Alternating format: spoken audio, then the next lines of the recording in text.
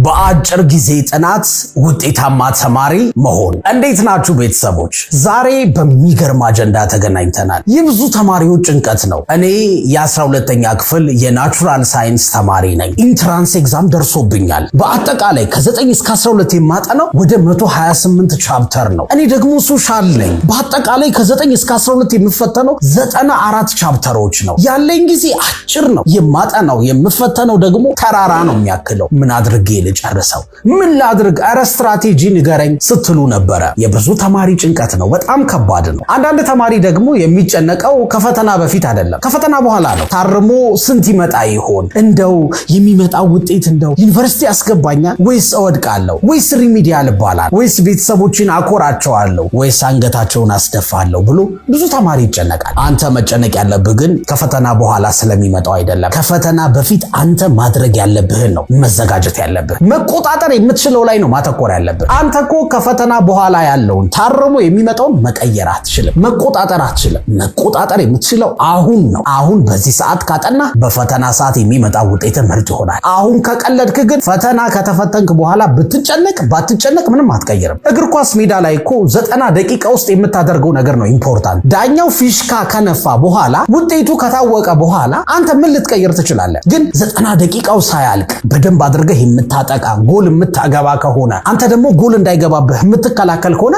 ምርጥ ውጤት ታመጣለህ። ትምህርትም እንደዛው ነው። ፈተና እስኪደርስ ያለውን ጊዜህን በአግባቡ የምትጠቀም ከሆነ እንዴት ላጥና ብለህ በጥበብ የምታጠና ከሆነ ምርጥ ውጤት ታመጣለህ። ስለዚህ መዘጋጀት ያለብህ አሁን ነው። ታዲያ እሺ እንዴት አድርጌ ልዘጋጅ? እንዴት አድርጌ ላጥና ካላችሁ በጣም የሚያስገርሙ ፈጣን የሆነ ለውጥ የሚሰጡ በቃ ቀጥታ ወደ ተግባር የምትቀይሯቸው ቀላል መንገዶችን መፍትሄዎችን ነው ማወራችሁ። ከእናንተ የሚጠበቀው እንደሰማችሁ መተግበር ነው። ለፊውቸር ኤክስ አዲስ ከሆናችሁ የዩቲዩብ ቻናላችንን ሰብስክራይብ አድርጉ። ሰብስክራይብ ስታደርጉ ከጎን ያለችዋን የደወል ምልክቷን መጫን አለባችሁ። ምክንያቱም አዳዲስ ቪዲዮ ስንለቅ አስተማሪ የሆኑ አካዳሚክ ላይ እንድትሰሩ፣ ውጤታማ እንድትሆኑ፣ ጎበዝ እንድትሆኑ፣ በተጨማሪ ሶፍት ስኪል ላይ እንድትሰሩ የሚያግዟችሁ ማንኛውንም ቪዲዮዎች በእኛ ቻናል ነው የምታገኙት። ከዚህ በተጨማሪ ፊውቸር ኤክስ የሚባል አፕሊኬሽን አለን። እያንዳንዱን ትምህርት እያብራራን አጠር ባለ ጊዜ ቀለል ባለ መንገድ አስተምረናችሁ ጥያቄ አሰርተናችሁ ለፈተና እናዘጋጃችኋለን። ኬሚስትሪ ብትሉ ማትስ፣ ፊዚክስ፣ እንግሊሽ፣ ናቹራል ላይ ብትሉ ሶሻል፣ ኢኮኖሚክስ፣ ሂስትሪ፣ ጂኦግራፊ ሁሉ እናስጠናችኋለን። ከእናንተ የሚጠበቀው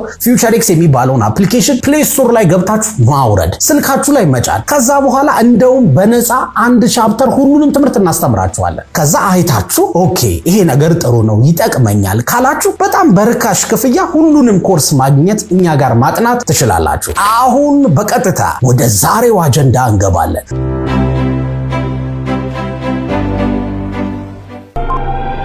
የመጀመሪያው በአጭር ጊዜ ውስጥ ውጤታማ የሚያደርግህ ስማርት የሆነ የጊዜ አጠቃቀም ነው። ምን ማለት መሰላችሁ? የጊዜ አጠቃቀም ማለት ከእንቅልፍ ውጪ ያለውን ሰዓት ንቁ በሆንኩ ሰዓት ምንድነው ማድረግ ያለብኝ ብለህ የምታደርገውን ነገር ማወቅ ነው። ይሄ ማለት በቀላል አነጋገር በቀን ውስጥ ቅድሚያ የምትሰጣቸውን ዋና ዋና ተግባሮች ለይተህ ማወቅ ነው ስማርት የሆነ የጊዜ አጠቃቀም ማለት። ለምሳሌ የማትሪክ ተፈታኝ ከሆንክና 12ኛ ክፍል ከሆንክ ቢያንስ በቀን በትንሹ ለ3 ሰዓት ማጥናት አለብህ። በቃ ቅድሚያ የምትሰጠው ተማሪ ከሆንክ ትምህርትህን ነው አይደል? ፈተና ከፊት ለፊት እየጠበቀ ነው አይደል? ቅድሚያ የምትሰጠው ፈተናውን ነው ማለት ነው፣ ዝግጅቱን ነው ማለት። ስለዚህ ለ3 ሰዓት ታጠናለህ። የ11ኛ ክፍል ተማሪ ከሆንክ ደግሞ በትንሹ በየቀኑ ለ2 ሰዓት መዘጋጀት አለብህ። 12ኛ ክፍሎች በቀን 3 ሰዓት አጥኑ፣ 11ኛ ክፍሎች ደግሞ በቀን ለ2 ሰዓት አጥኑ። በትንሹ ያልኩት ለምን መሰላችሁ? የኢንትራንስ ወይም የማትሪክ የ12ኛ ክፍል ማትሪክ የፈተና አወጣጥን እንዴት እንደሆነ ለማየት ሞክረን ነበረ።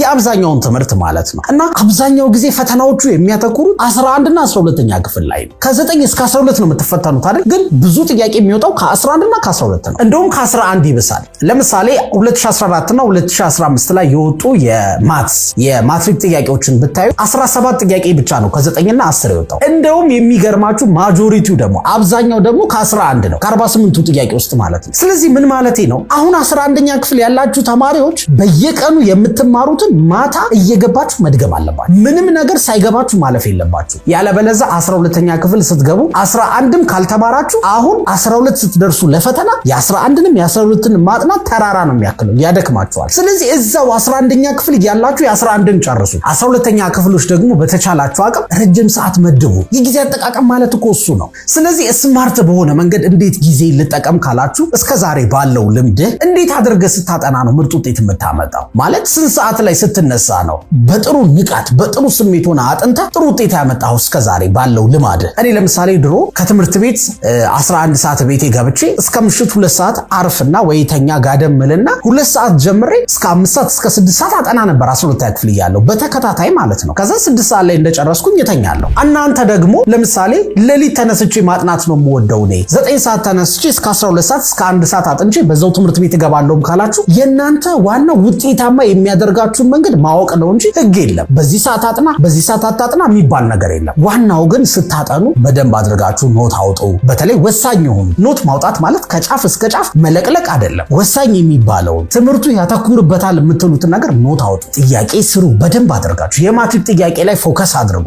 በዚህ ሰዓት የአንተ ቁጥር 1 አጀንዳ ፈተና ነው ብለህ ካሰብክ ቅድሚያ መስጠት ያለብህ ለምታጠናበት ጊዜ ነው። ስለዚህ በቀን ውስጥ ለስንት ሰዓት አጠናለሁ የሚለውን ወስን። ከዛ በኋላ ጊዜያዊ ደስታ የሚሰጡህን ነገሮች በሙሉ በጥበብ ለፋቸው። ነገ ህይወትን የሚቀይሩ ነገሮች ላይ አተኩር። ምን ማለት መሰላችሁ? ለጊዜያዊ ደስታማ በዚህ ሰዓት እኮ ደስ የሚለው ቲክቶክ ብትጠቀም ነው፣ ጋደም ብትል ነው፣ ፊልም ብታይ ነው፣ ብትጫወት ነው፣ ከጓደኞች ጋር ቻት ብታደርግ ብትደዋወል ነው፣ ወይ የሆነ ቦታ ወጣ ብለህ ፈታ ብትል ነው ደስ የሚለው። እሱ ግን ጊዜያዊ ደስታ ነው የሚሰጥህ። ዘላለማዊ ወይም የረጅም ጊዜ ደስታ አይሰጥህም። ሎንግ ተርም ኢፌክት አንተ ህይወት ላይ ያለው ወይም የረጅም ጊዜ ስኬት የሚሰጥህ በዚህ ሰዓት ቁጭ ብለህ ማጥናቱ ነው፣ ጥያቄ መስራቱ ነው። ለዛ ነው ለረጅም ጊዜ ደስታ የሚሰጥህን ነገሮች ቅድሚያ ስጥና ጊዜያዊ ደስታ የሚሰጡህን ነገሮች እለፋቸው። አይ አሁን ቲክቶክ ባላይም ፈታ ባልልም ለጊዜው ላጥና። ምክንያቱም ከፈተና በኋላ እኮ ረጅም ሰዓት አለ። ውጤት መጥቶ ዩኒቨርሲቲ እስክትገባ እስክትደለደር 4 ወር 5 ወር ታርፋለህ። ስለዚህ አሁን ማረፍ አይደለም ማሰብ ያለብህ። በደንብ አድርጌ ጊዜን እንዴት ልጠቀምበት፣ ቅድሚያ ለምን ሰጥቼ ለስንት ሰዓት ላጥና ብለህ መጨነቅ ነው ያለው። ሁለተኛው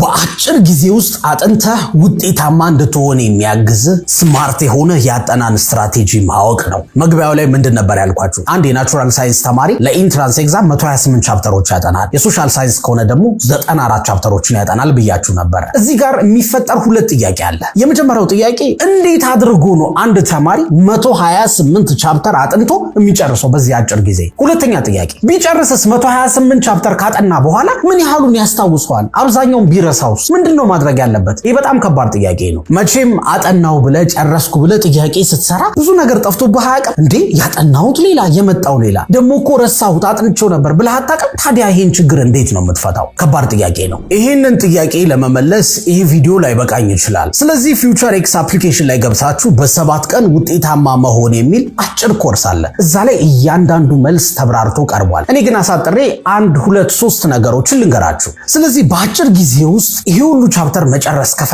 መጀመሪያ ልታጠና ስትል ብዙ ጥያቄዎችን ሰብስብ። የምታጠናቸውን ነገሮች በሙሉ አዘጋጃቸው። ቴክስት ቡኩን፣ ሪፈረንሱን፣ የምታጠናባቸውን ማቴሪያሎች አዘጋጃቸው። ከዛ በኋላ ቻፕተሩን ልታጠና ያሰብከውን ቻፕተር ግለጠውና ቦልድ ተደርገው ደመቅ ተደርገው ተለቅ ተደርገው የተጻፉትን ነገሮች እያቸው። ምን ላይ ነው የሚያተኩረው እያንዳንዱ ነገር እያልክ ገለጥ ገለጥ እያረክ በወፍ በረር ቅኝት እየው። ከዛ በኋላ ሪቪው ኮስችኑ ጋር ድረስ። መጨረሻ ላይ ሪቪው ኮስችኑ ምን ላይ ነው፣ የቻፕተሩ አጠቃላይ ጥያቄ ምን ላይ ያተኩራል፣ ሪቪው ኖቱን እየው። መጨረሻ ላይ ሲጠቀለል ሰመሪ ያለው አይደል? ሰመሪው ምን ላይ ያተኩራል? ከዛ በዛ ቻፕተር ዙሪያ የወጣ ሌላ ጥያቄ ካገኘህም እይ። ከዛ በኋላ አንድ ነገር ይገባሃል። እነዚህ ሰዎች እዚህ ቻፕተር ላይ 30 ፔጅ መጽሐፍ ቢጽፉ የሚያወጡት ግን 3 ጥያቄ ወይ 4 ጥያቄ ነው። እነዛ 4 ጥያቄዎች የትኛው ፓርት ላይ እንደሚያተኩሩ ታውቃለህ? በነገራችን ላይ ይህንን ከማደርግ እኔ ቀጥታ አላጠናም እንዴ አንተ የምትለኝ እኮ ሰዓት ይወስዳል ልትሉ ትችላላችሁ። ይኸውላችሁ እኔ አሁን በወፍ በረር ቅኝት ቼክ የምታደርጉት ለ10 ደቂቃ ለ20 ደቂቃ ነው። ይህንን ካደረጋችሁ በኋላ ግን መምህሩ ምን ላይ ያተኩሩ ፈተና እንደሚያወጣ ታውቃላችሁ። ከዛ በኋላ ስታጠኑ